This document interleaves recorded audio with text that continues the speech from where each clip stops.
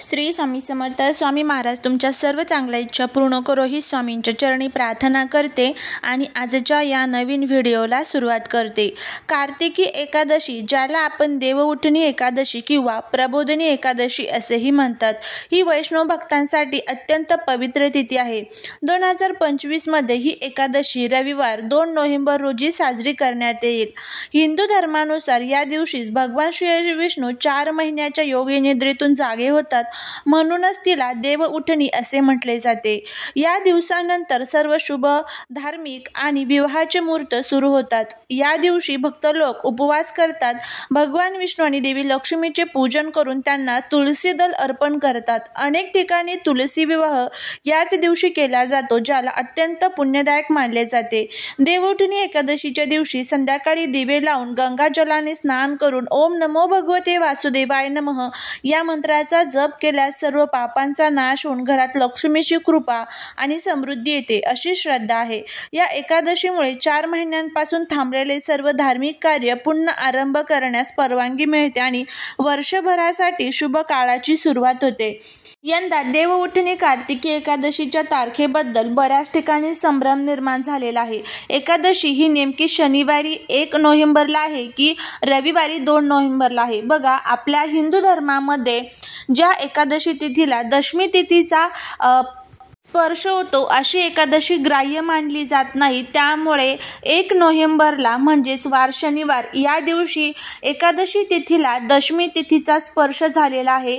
त्यामुळे ह्या एकादशीचा उपवास हा आपल्याला करायचा नसतो. हा उपवास जर आपण केला तर त्याचे अनेक प्रकारचे दोष आपल्याला लागतात आणि असं म्हटलं जातं की यामुळे घरामध्ये संकटे देखील तयार होतात आणि वर्षभर ज्या काही आपण एकादशी करतो तर त्याचं सुद्धा फळ जे आहे तर ते आपल्याला मिळत नाही. त्यामुळे नेहमी सूर्योदयाने पाळलेली तिथी जी असते तर तीच ग्राह्य मानली जाते. त्यामुळे यावर्षी कार्तिकी एकादशी म्हणजेच देवउठणी जी एकादशी आहे तर ती रविवार 2 नोव्हेंबर या दिवशी साजरी करायची आहे. तर या दिवशी आपल्याला एक अतिशय प्रभावी असा उपाय करायचा आहे. तुम्ही या दिवशी उपवास नाही केला तरीही चालेल, पण आपल्याला तुळशीला ही एक वस्तू अर्पण करायची आहे. या उपायामुळे काय होईल तर घरात चहूबाजूने पैसा येईल, सर्व संकटे संपेल, प्रगती सुरू होईल, शत्रूंचा जो काही त्रास तुम्हाला होत आहे तर तो सर्व दूर होईल. त्याचबरोबर घरामध्ये अखंड लक्ष्मी नांदेल आणि देवी लक्ष्मीची अखंड कृपा जी आहे तर ती आपल्या घरावरती होईल. तर असा हा प्रभावी उपाय कसा करायचा, कोणत्या वेळेमध्ये करायचा, याबद्दलची संपूर्ण माहिती आज या व्हिडिओमध्ये मी तुमच्या सोबत शेअर करणार आहे. त्यामुळे तुम्ही हा व्हिडिओ स्किप न करता शेवटपर्यंत नक्की पहा. चॅनलवरती नवीन असाल तर सबस्क्राईब करा आणि असेच माहितीपूर्ण नवनवीन व्हिडिओ पाहण्यासाठी बेल आयकॉनलाही प्रेस करा, म्हणजे माझ्या सर्व नवीन व्हिडिओंचं नोटिफिकेशन तुम्हाला मिळेल आणि तुम्ही एक पण व्हिडिओ मिस करणार नाही. त्याचबरोबर कमेंटमध्ये ओम नमो भगवते वासुदेवाय नमः लिहायला अजिबात विसरू नका, जेणेकरून भगवान विष्णूंची तुमच्या कुटुंबावरती, मुलांवरती अगदी भरभरून कृपा होईल. एक गोष्ट नेहमी लक्षात ठेवा, ज्या घरामध्ये भगवान विष्णूंची भरपूर सेवा होते ते घर, ती जागा, ते स्थान सोडून माता लक्ष्मी या कधीच जात नाही. त्यामुळे भगवान विष्णूंची सेवा ही एकादशी तिथीवरती आवर्जून केली पाहिजे. त्यामुळे या दिवशी आपल्या घरामध्ये विष्णू सहस्त्रनाम, विष्णू सहस्त्रनामावली, व्यंकटेश स्तोत्र, लक्ष्मी गायत्री मंत्र, विष्णू गायत्री मंत्र या सर्व स्तोत्रांचं आणि मंत्रांचं आपल्याला पठण करायचं आहे.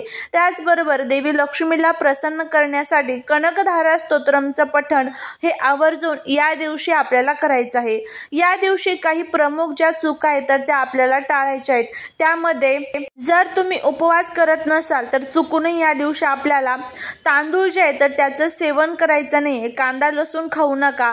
त्याचबरोबर लिंबू आणि जे तामसिक पदार्थ असतात तर ते सुद्धा या दिवशी खाल्ले जात नाही. जर आपण हे पदार्थ खाल्ले तर आपण केलेल्या सेवेचं कोणतंही फळ जे आहे तर ते आपल्याला मिळत नाही. या दिवशी चुकूनही घरामध्ये भांडण, कटकट, वादविवाद होणार नाही याची आपल्याला काळजी घ्यायची आहे. आता या दिवशी भगवान विष्णूंची सेवा कशा पद्धतीने करायची, पूजा कशा पद्धतीने करायची, तर तुम्हाला काय करायचं आहे, एक प्लेट किंवा ताट घ्यायचं आहे, दिवा प्रज्वलित करून घ्यायचा. सकाळी स्वच्छ आंघोळ झाल्यानंतर तुम्हाला दिवा प्रज्वलित करायचा आहे आणि ब्राह्मणामध्ये तुम्हाला आपल्याकडे जी रंगनाथ किंवा भगवान श्री विष्णूंची मूर्ती असते तर ती मूर्ती ठेवायची आहे। त्यावरती तुम्हाला पाण्याने अभिषेक करायचा आहे। 108 वेळेस तुम्ही हा अभिषेक करू शकता किंवा दूध घ्यायचं, दुधामध्ये केसर मिक्स करून तुम्ही हा अभिषेक जर केला तर तुमच्या मनातील ज्या काही कठीणातील कठीण इच्छा असतात तर त्या तुमच्या पूर्ण होण्यासाठी मदत होत असते। नाही दूध आणि केशरचा अभिषेक करणं शक्य तर फक्त पाण्याने अभिषेक करा आणि त्यानंतर स्वच्छ मूर्ती पुसून तुम्हाला एका पाटावरती लाल वस्त्र टाकून त्यावरती थोडेसे तांदूळ ठेवून त्यावरती फोटो आणि मूर्ती जी काही असेल तर ती ठेवायची आहे। आणि तुम्हाला भगवान विष्णूंना हळदी कुंकू अक्षदा चंदन तुलसी दल आवर्जून अर्पण करायचं आहे। नैवेद्य अर्पण करायचा। नैवेद्यामध्ये एखादा फळ, पिवळ्या कलरची मिठाई किंवा पिवळ्या कलरचे एखादा फळ जे आहे तर ते तुम्ही अर्पण करू शकता आणि भगवान विष्णूंची आरती करायची आहे। सकाळ संध्याकाळ नैवेद्य दाखवायचा आहे। अशा पद्धतीने तुम्हाला भगवान विष्णूंची या दिवशी पूजा करायची आहे।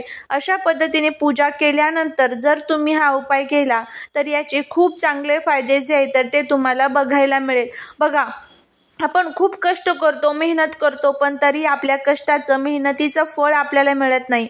घरामध्ये आलेला पैसा हा घरामध्ये टिकत नाही, सतत संकटे सुरू होतात, आपल्या घराची प्रगती ही कुठेतरी थांबून जाते। एखाद्या आपल्या आजूबाजूला अशी जळाऊ प्रवृत्तीची लोक राहतात ना की त्यांना आपली झालेली प्रगती बघवत नाही आणि यालाच आपण शत्रुपीडेचा त्रास जे आहे तर ते म्हणत असतो। आपल्या रिलेटिव्ह जे असू शकतात किंवा आपल्या आजूबाजूचे जे लोक आहेत तर ते असू शकतात। त्यामुळे आपल्या घराला कुठेतरी नजर लागलेली असते, घराची पतीची मुलांची प्रगती थांबून जाते, घरामध्ये सतत वादविवाद भांडण कटकट जे आहे तर ते सुरू होते।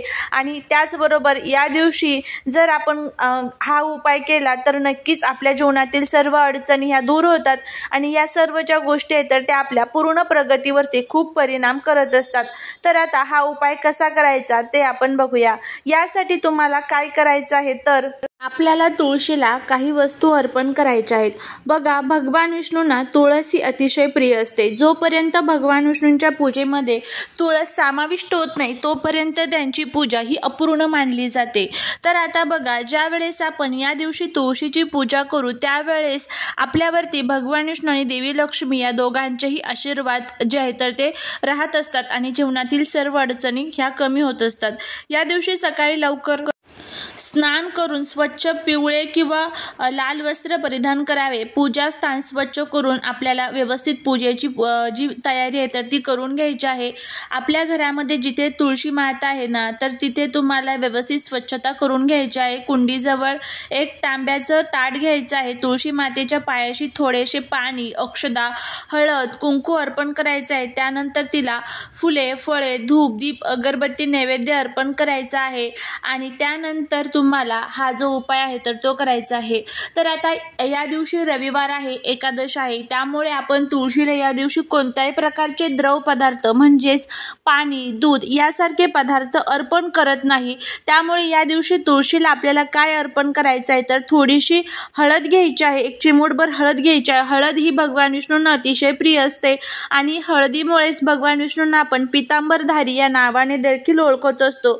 तर या दिवशी तुळशीला स्पर्श न करता तुम्हाला तुळशीचे जे माती आहे तर त्या मातीमध्ये तुम्हाला थोडीशी हळद जी आहे तर ती तुमचं नाव सांगून अर्पण करायची आहे आणि ओम तुलसीये नमः किंवा ओम श्री वृंदाये नमः या मंत्राचा जप करायचा आहे आणि त्यानंतर तुळशी मातेच्या तुम्हाला 5 किंवा 7 प्रदक्षिणा ज्या आहेत तर त्या तुम्हाला घालायच्या आहेत। त्यानंतर तुळशी मातेला प्रार्थना करायची आहे की तुमच्या जीवनातील जे काही अडचणी आहेत तर त्या दूर होऊ दे। या दिवशी तुळशी मातेची पूजा केल्याने घरातील नकारात्मकता दूर होते, धन आणि सौभाग्य वाढते, लक्ष्मी देवी कायम वास्तव्य करते अशी श्रद्धा आहे।